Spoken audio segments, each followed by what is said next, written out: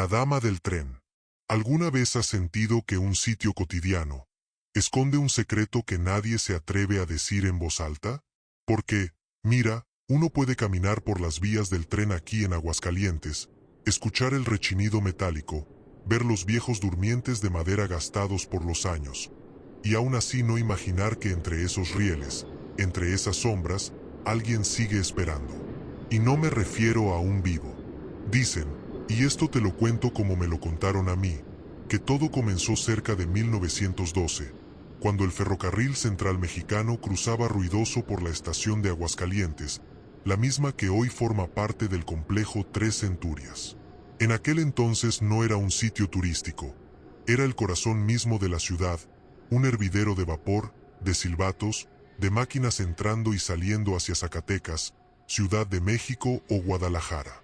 Pero entre tantos pasajeros, tantos obreros y maquinistas, había una figura que todos recordaban sin recordar su nombre, una mujer joven, de vestido claro y rostro demasiado pálido para el sol del Bajío. Algunos decían que era mestiza, otros que era extranjera. Lo único seguro es que siempre estaba ahí, justo al caer la tarde, parada en el extremo del andén donde la luz amarillenta de los faroles apenas llegaba. Y aquí es donde la historia comienza a torcerse, porque no era normal que alguien permaneciera ahí por horas, mirando fijamente hacia las vías, como si esperara un tren que nunca llegaba, o peor aún, uno que no debía llegar. Lo curioso es que los registros de la estación mencionan, por esas fechas, un accidente ferroviario, uno tan fuerte que el estruendo se escuchó hasta el antiguo barrio de la estación. Un choque en plena madrugada. Muertos. Cuerpos que ni siquiera se pudieron identificar. Sin embargo, nadie relacionaba ese accidente con la mujer del andén, hasta que alguien notó un detalle inquietante. Ella no envejecía. Aparecía igual en 1912, en 1915, y hasta en 1920 según los testimonios más antiguos. Exactamente igual. El mismo vestido, el mismo tono blanco del rostro, la misma mirada extraviada hacia las vías. Pero antes de que pienses que la gente exageraba, porque ya ves cómo son las leyendas, déjame decirte lo que dejó asentado un maquinista en su diario personal. Un diario que sí existe, guardado hoy en una colección privada, y que muchos historiadores locales han revisado. En una página amarillenta escribió, sin adornos: la mujer del andén volvió a aparecer. No camina, no parpadea, no responde, pero juro que esta vez no tenía sombra.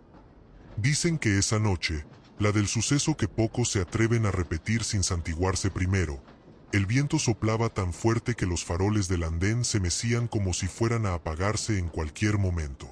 El tren 404, procedente de Zacatecas, estaba por llegar, y los trabajadores de la estación, entre ellos un operador llamado Crescencio Valdivia, cuyo nombre sí aparece en archivos de la época, estaban revisando las vías. Crescencio era un hombre serio, de esos que no se dejan impresionar por cuentos. Había visto accidentes, descarrilamientos, incendios, nada lo asustaba. Por eso, cuando él mismo contó lo que vio, nadie se atrevió a decirle mentiroso.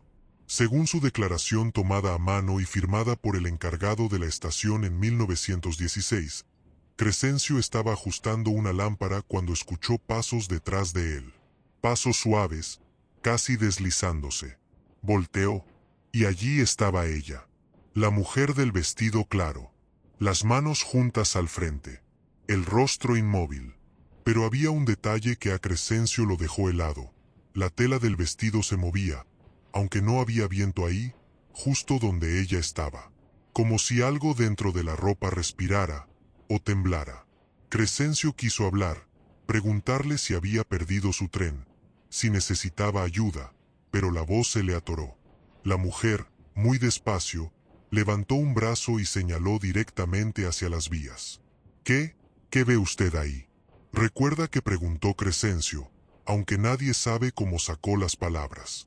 Ella no respondió, solo siguió señalando. Fue entonces cuando, desde lejos, se escuchó el vibrar del suelo. El tren 404 venía acercándose.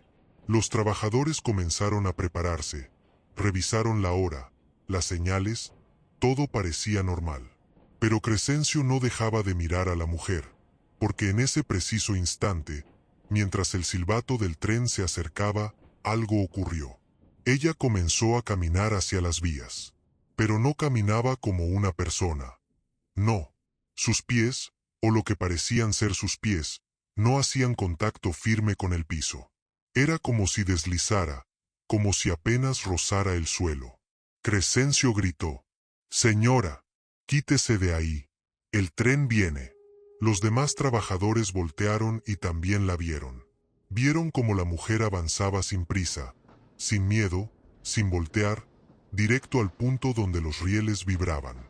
Uno de los hombres jura que intentó correr hacia ella, pero que en cuanto dio el primer paso, el aire se volvió espeso, como si el andén entero se hubiera llenado de humo invisible. Y ahí, justo cuando el tren apareció con sus luces blancas, grandes, fuertes, la mujer hizo algo imposible. No se detuvo, no retrocedió, no desapareció, caminó directamente a través del tren.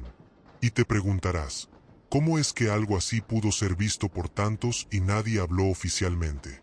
Ahí está la parte que la gente de Aguascalientes evita discutir. Porque después de ese instante, ocurrió un segundo suceso, uno tan perturbador que incluso se intentó borrar del registro.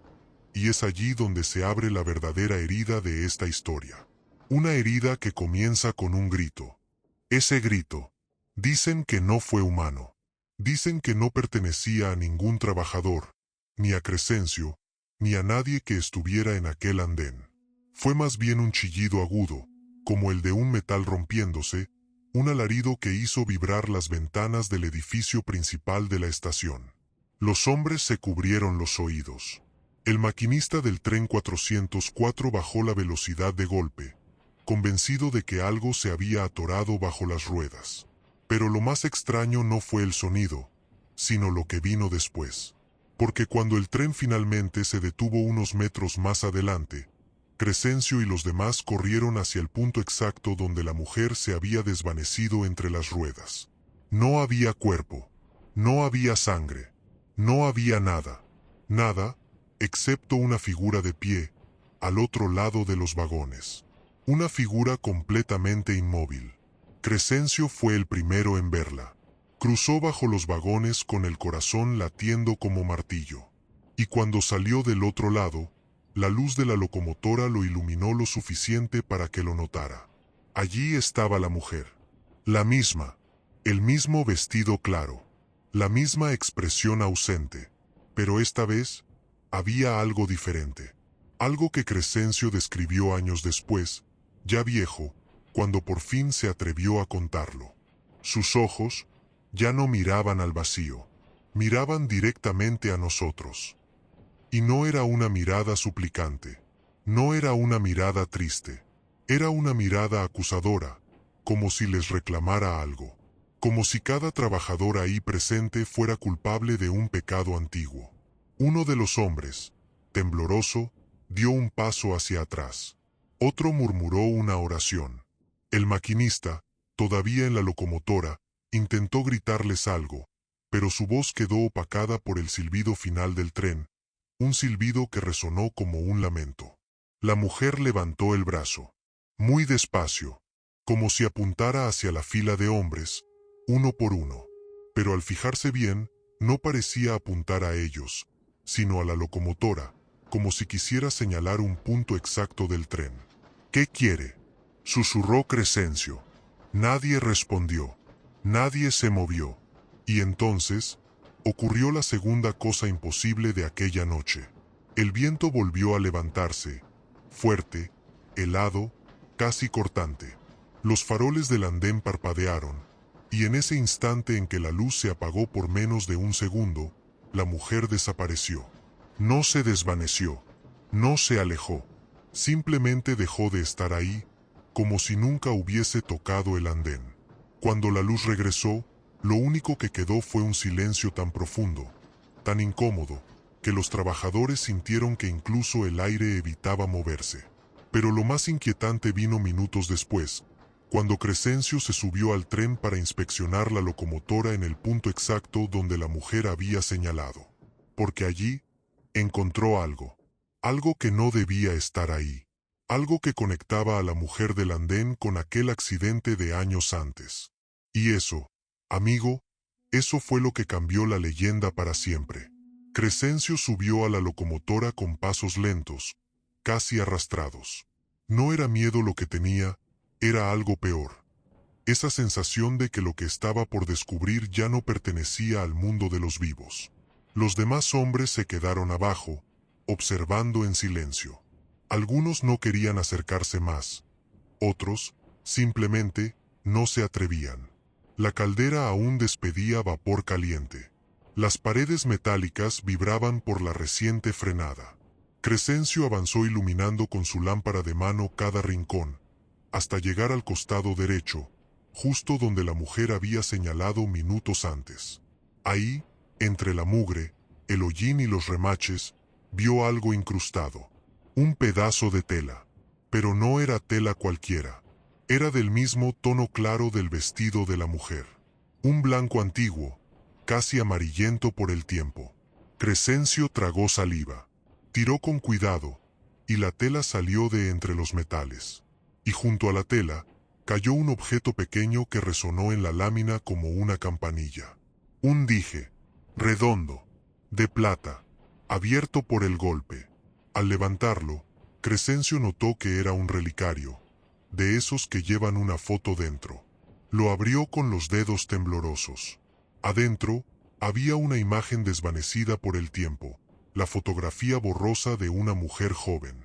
Su rostro, aún en sombras, se parecía demasiado al de la mujer del andén. Pero lo verdaderamente perturbador no era eso. Era lo que estaba escrito en el interior, grabado con letras diminutas y precisas. Inés Aguilar 1906. El nombre sí estaba registrado. Inés Aguilar aparecía en los archivos del accidente ferroviario de 1907, aquel en el que un vagón de carga se había desprendido en plena madrugada, arrastrando parte del tren y causando la muerte de varios pasajeros. Entre ellos, una joven cuyo cuerpo nunca se recuperó por completo debido al impacto. Crescencio se apartó, sintiendo un escalofrío recorrerle la columna. Entonces, ¿la mujer que acababan de ver? ¿La que atravesó el tren? ¿La que los miró con ese rostro vacío? ¿Era Inés Aguilar? ¿O algo que había quedado de ella atrapado entre las vías y el vapor? Detrás de Crescencio, uno de los trabajadores se subió a la locomotora para ver qué ocurría. Y cuando el hombre vio el relicario, palideció al instante. Mi abuelo hablaba de eso, murmuró. Decía que una muchacha desapareció en ese mismo tramo, y que el alma de quien muere sin poder regresar a casa se queda donde cayó. Crescencio cerró el relicario, pero justo al hacerlo, sintió un golpe seco en el suelo de la locomotora. Todos lo escucharon.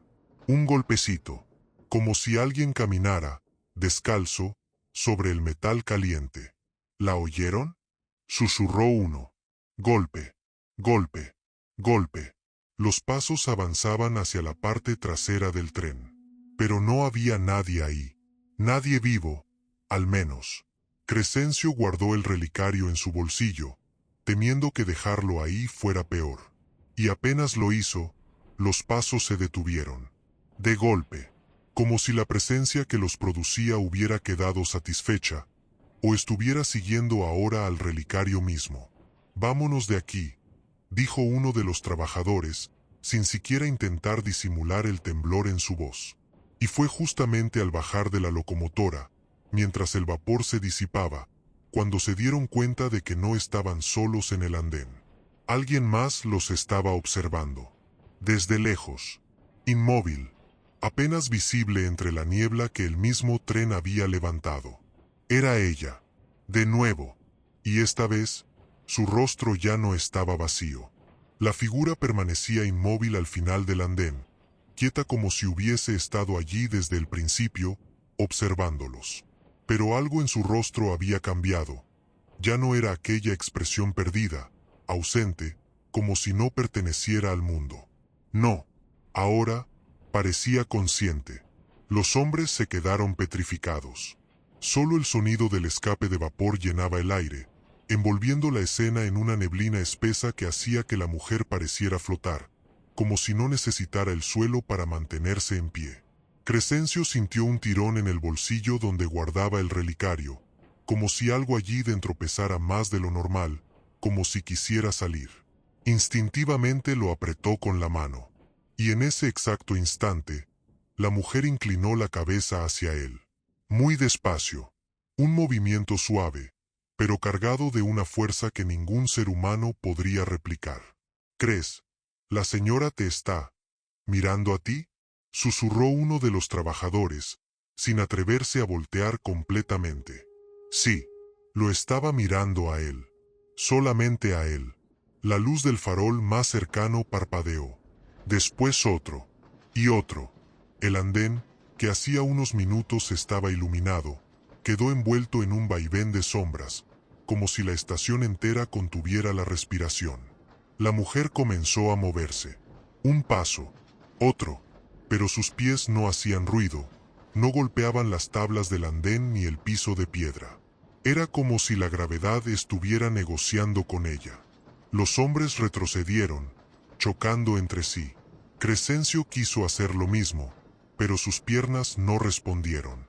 Era como si algo invisible lo mantuviera anclado al suelo. La mujer se detuvo a unos cuantos metros. Y allí, con una claridad perturbadora, pudieron ver sus ojos. Ya no estaban perdidos. No estaban vacíos. Estaban llenos de dolor. Un dolor tan profundo que parecía recorrer los huesos, un lamento contenido durante años, quizá desde aquel accidente de 1907. Y entonces, por primera vez en todo aquel suceso, la mujer abrió los labios. No para hablar, no para gritar, sino para exhalar un suspiro tan helado, tan profundo, que los faroles se apagaron por completo. La oscuridad cayó sobre ellos. Una oscuridad cerrada, absoluta. Y en medio de ella, un sonido comenzó a escucharse. No eran pasos, no era viento, era un llanto débil, ahogado, como el de alguien que había llorado tantas veces que ya no le quedaban lágrimas. Y ese llanto venía de todas partes, de las vías, del andén, del interior del tren, y del bolsillo de Crescencio, donde el relicario empezó a vibrar como si algo dentro quisiese salir o reclamar su lugar. Crescencio, con un esfuerzo que él mismo no pudo explicarse, logró encender su lámpara de aceite. La luz temblorosa iluminó apenas unos centímetros a su alrededor. Los demás trabajadores encendieron las suyas de inmediato, pero algo no cuadraba. La mujer ya no estaba frente a ellos. Había desaparecido, pero el llanto seguía allí, más fuerte, más cerca. Se resenció, susurró una voz femenina, quebrada, como si viniera de debajo de las vías.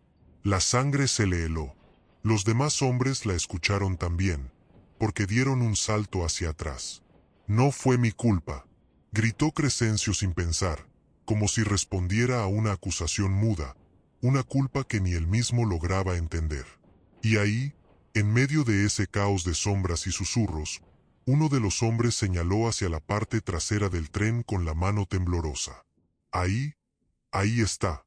La luz de una lámpara iluminó la silueta de la mujer. Pero ahora no estaba de pie. No, estaba agachada junto al riel, con una mano apoyada en el metal, y la otra extendida hacia ellos, como pidiendo que se acercaran, como implorando que alguien la ayudara a levantarse, después de más de una década intentando hacerlo. La lámpara que sostenía aquel trabajador temblaba tanto en su mano que el círculo de luz bailaba sobre los rieles, iluminando apenas el contorno de la mujer. Ahí estaba ella, agachada, con la mano pegada al metal frío, como si necesitara sentirlo para recordar dónde había quedado atrapada su vida aquella madrugada de 1907. Su vestido claro, ahora más visible, parecía húmedo. No por agua, sino por un brillo extraño, como si la tela respirara o conservara un rastro de aquel golpe brutal que la arrancó del mundo.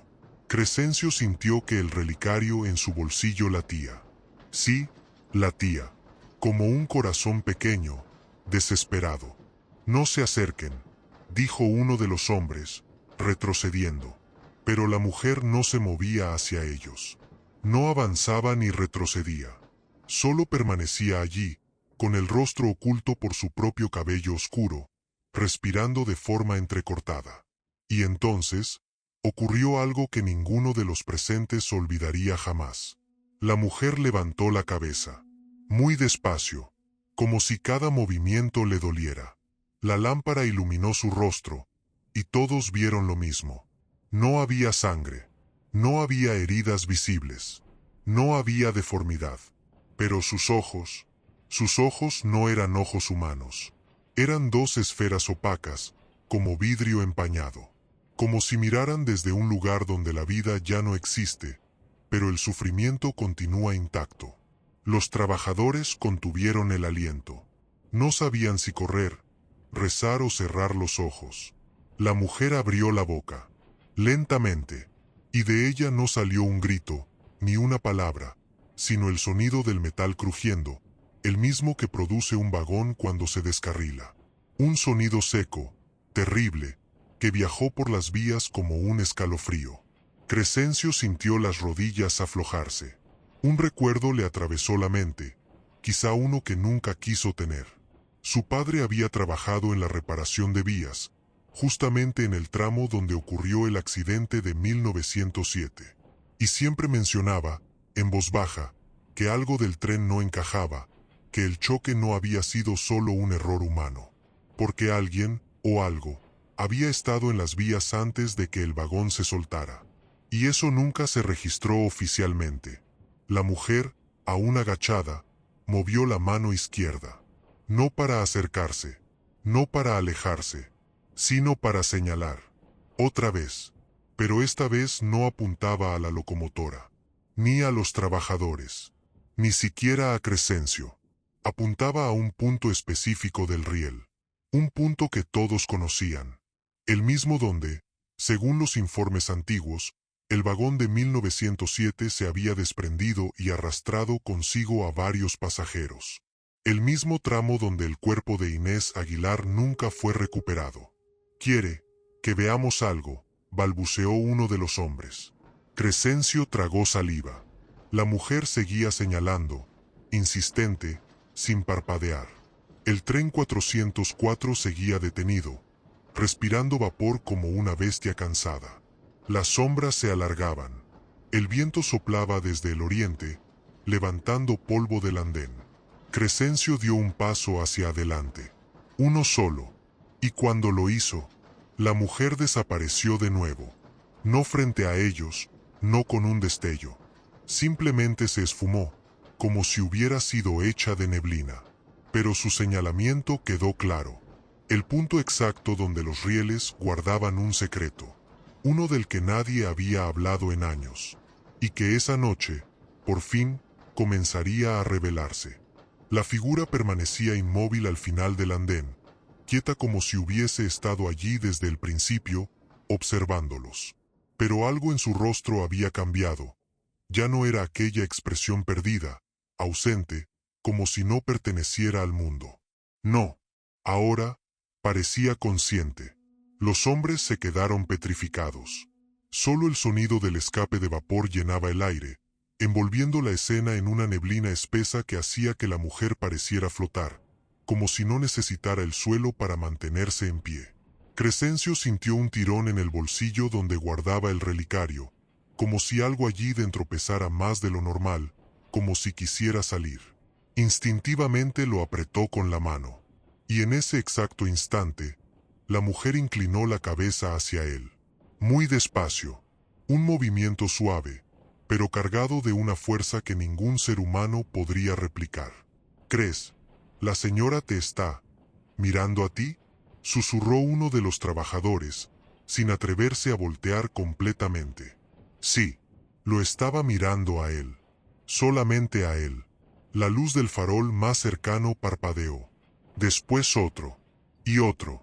El andén, que hacía unos minutos estaba iluminado, quedó envuelto en un vaivén de sombras, como si la estación entera contuviera la respiración. La mujer comenzó a moverse. Un paso, otro, pero sus pies no hacían ruido, no golpeaban las tablas del andén ni el piso de piedra. Era como si la gravedad estuviera negociando con ella. Los hombres retrocedieron, chocando entre sí. Crescencio quiso hacer lo mismo, pero sus piernas no respondieron. Era como si algo invisible lo mantuviera anclado al suelo. La mujer se detuvo a unos cuantos metros. Y allí, con una claridad perturbadora, pudieron ver sus ojos. Ya no estaban perdidos. No estaban vacíos. Estaban llenos de dolor. Un dolor tan profundo que parecía recorrer los huesos, un lamento contenido durante años, quizá desde aquel accidente de 1907. Y entonces, por primera vez en todo aquel suceso, la mujer abrió los labios. No para hablar, no para gritar, sino para exhalar un suspiro tan helado, tan profundo, que los faroles se apagaron por completo. La oscuridad cayó sobre ellos. Una oscuridad cerrada, absoluta. Y en medio de ella, un sonido comenzó a escucharse. No eran pasos, no era viento, era un llanto débil, ahogado, como el de alguien que había llorado tantas veces que ya no le quedaban lágrimas. Y ese llanto venía de todas partes, de las vías, del andén, del interior del tren, y del bolsillo de Crescencio, donde el relicario empezó a vibrar como si algo dentro quisiese salir o reclamar su lugar. Crescencio, con un esfuerzo que él mismo no pudo explicarse, logró encender su lámpara de aceite. La luz temblorosa iluminó apenas unos centímetros a su alrededor. Los demás trabajadores encendieron las suyas de inmediato, pero algo no cuadraba. La mujer ya no estaba frente a ellos. Había desaparecido, pero el llanto seguía allí, más fuerte, más cerca. Se resenció, susurró una voz femenina, quebrada, como si viniera de debajo de las vías. La sangre se le heló. Los demás hombres la escucharon también, porque dieron un salto hacia atrás. No fue mi culpa, gritó Crescencio sin pensar, como si respondiera a una acusación muda, una culpa que ni él mismo lograba entender. Y ahí, en medio de ese caos de sombras y susurros, uno de los hombres señaló hacia la parte trasera del tren con la mano temblorosa. Ahí está. La luz de una lámpara iluminó la silueta de la mujer. Pero ahora no estaba de pie. No, estaba agachada junto al riel, con una mano apoyada en el metal, y la otra extendida hacia ellos, como pidiendo que se acercaran, como implorando que alguien la ayudara a levantarse, después de más de una década intentando hacerlo. La lámpara que sostenía aquel trabajador temblaba tanto en su mano que el círculo de luz bailaba sobre los rieles, iluminando apenas el contorno de la mujer. Ahí estaba ella, agachada, con la mano pegada al metal frío, como si necesitara sentirlo para recordar dónde había quedado atrapada su vida aquella madrugada de 1907. Su vestido claro, ahora más visible, parecía húmedo. No por agua, sino por un brillo extraño, como si la tela respirara o conservara un rastro de aquel golpe brutal que la arrancó del mundo. Crescencio sintió que el relicario en su bolsillo latía. Sí, latía, como un corazón pequeño, desesperado. No se acerquen, dijo uno de los hombres, retrocediendo. Pero la mujer no se movía hacia ellos. No avanzaba ni retrocedía. Solo permanecía allí, con el rostro oculto por su propio cabello oscuro, respirando de forma entrecortada. Y entonces, ocurrió algo que ninguno de los presentes olvidaría jamás. La mujer levantó la cabeza, muy despacio, como si cada movimiento le doliera. La lámpara iluminó su rostro, y todos vieron lo mismo. No había sangre, no había heridas visibles, no había deformidad. Pero sus ojos no eran ojos humanos. Eran dos esferas opacas, como vidrio empañado. Como si miraran desde un lugar donde la vida ya no existe, pero el sufrimiento continúa intacto. Los trabajadores contuvieron el aliento. No sabían si correr, rezar o cerrar los ojos. La mujer abrió la boca, lentamente, y de ella no salió un grito, ni una palabra, sino el sonido del metal crujiendo, el mismo que produce un vagón cuando se descarrila. Un sonido seco, terrible, que viajó por las vías como un escalofrío. Crescencio sintió las rodillas aflojarse. Un recuerdo le atravesó la mente, quizá uno que nunca quiso tener. Su padre había trabajado en la reparación de vías, justamente en el tramo donde ocurrió el accidente de 1907. Y siempre mencionaba, en voz baja, que algo del tren no encajaba, que el choque no había sido solo un error humano, porque alguien, o algo, había estado en las vías antes de que el vagón se soltara. Y eso nunca se registró oficialmente. La mujer, aún agachada, movió la mano izquierda. No para acercarse, no para alejarse, sino para señalar. Otra vez. Pero esta vez no apuntaba a la locomotora, ni a los trabajadores, ni siquiera a Crescencio. Apuntaba a un punto específico del riel. Un punto que todos conocían. El mismo donde, según los informes antiguos, el vagón de 1907 se había desprendido y arrastrado consigo a varios pasajeros. El mismo tramo donde el cuerpo de Inés Aguilar nunca fue recuperado. «Quiere que veamos algo», balbuceó uno de los hombres. Crescencio tragó saliva. La mujer seguía señalando, insistente, sin parpadear. El tren 404 seguía detenido, respirando vapor como una bestia cansada. Las sombras se alargaban. El viento soplaba desde el oriente, levantando polvo del andén. Crescencio dio un paso hacia adelante. Uno solo. Y cuando lo hizo, la mujer desapareció de nuevo. No frente a ellos, no con un destello. Simplemente se esfumó, como si hubiera sido hecha de neblina. Pero su señalamiento quedó claro. El punto exacto donde los rieles guardaban un secreto. Uno del que nadie había hablado en años. Y que esa noche, por fin, comenzaría a revelarse. Y aquí, justo donde el relato parecía desvanecerse entre conjeturas y silencios, el anciano guardavías se inclinó hacia mí como si temiera que alguien más escuchara.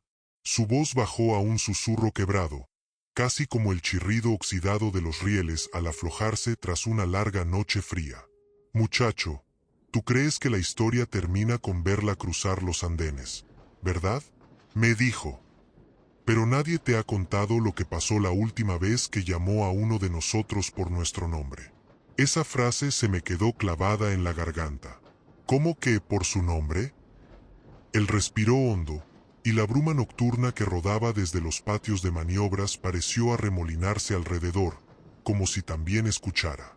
Me explicó que en 1938, cuando ya estaba por jubilarse, un joven aprendiz llamado Emilio Gutiérrez, recién llegado de San José de Gracia, cumplía turnos nocturnos en el taller de locomotoras número 3, justo detrás del entonces flamante edificio principal de la estación. Un chico aplicado, serio, disciplinado, pero curioso, demasiado curioso para su propio bien. Los ferroviarios decían que la curiosidad en los patios mata más rápido que el vapor. Una medianoche, mientras revisaba los acoplamientos de la locomotora número 242, Emilio escuchó pasos detrás de él. Pasos suaves, casi flotando. Pensó que sería uno de los intendentes, pero al girar vio a la mujer. El vestido blanco, la piel pálida, el cabello negro movido por un viento que ninguno sintió. La dejó pasar entre los vagones como si la oscuridad misma se abriera para ella. Hasta ahí, nada nuevo para quienes ya habían oído la leyenda, pero según el anciano, hubo algo distinto. La mujer se detuvo, giró lentamente hacia el muchacho, inclinó el rostro, y lo llamó por su nombre. «No, muchacho. No, usted. No un saludo común. No». Lo llamó Emilio, con una voz que parecía venir de todas partes, y de ninguna. Los otros trabajadores relataron que el muchacho salió corriendo hacia la plataforma central, pálido como sal. Tartamudeaba que ella sabía quién era.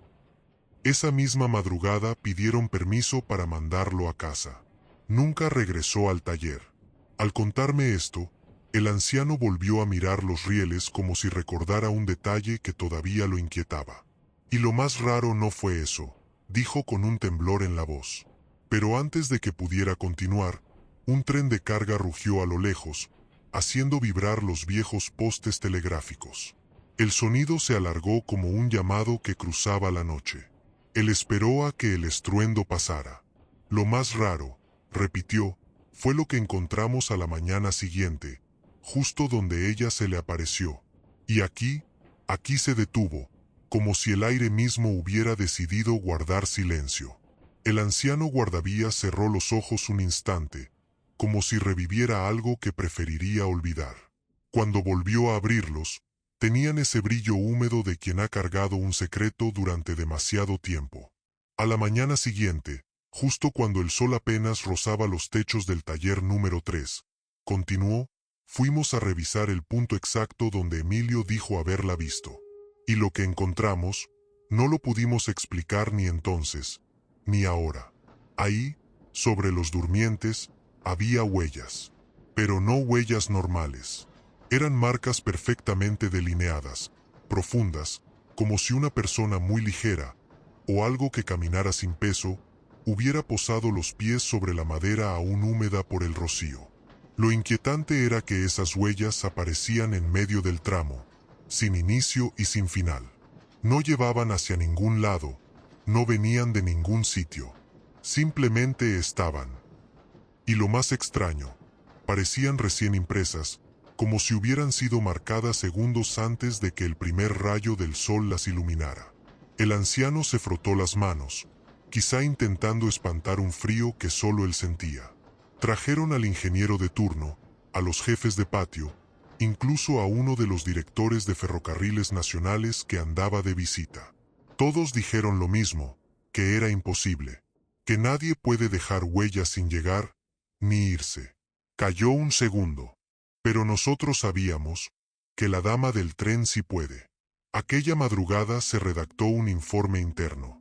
Sí, un documento real, fechado en noviembre de 1938, donde se describían las marcas y se sugería investigar perturbaciones en el área. Nadie volvió a mencionarlo oficialmente, pero entre los trabajadores quedó claro, aquella parte del taller quedaría restringida durante los turnos nocturnos. Emilio, el joven aprendiz, tampoco volvió. La familia dijo que dejó el oficio y se mudó más al norte. Pero los viejos ferroviarios contaban otra versión, una que jamás quisieron escribir. Decían que, semanas después, en los patios exteriores, alguien vio a un muchacho de aspecto familiar caminando detrás de un vagón abandonado. Y cuando se acercaron para saludarlo, simplemente ya no estaba. Solo el eco de un paso suave, uno solo, como si alguien o algo se desvaneciera entre los hierros.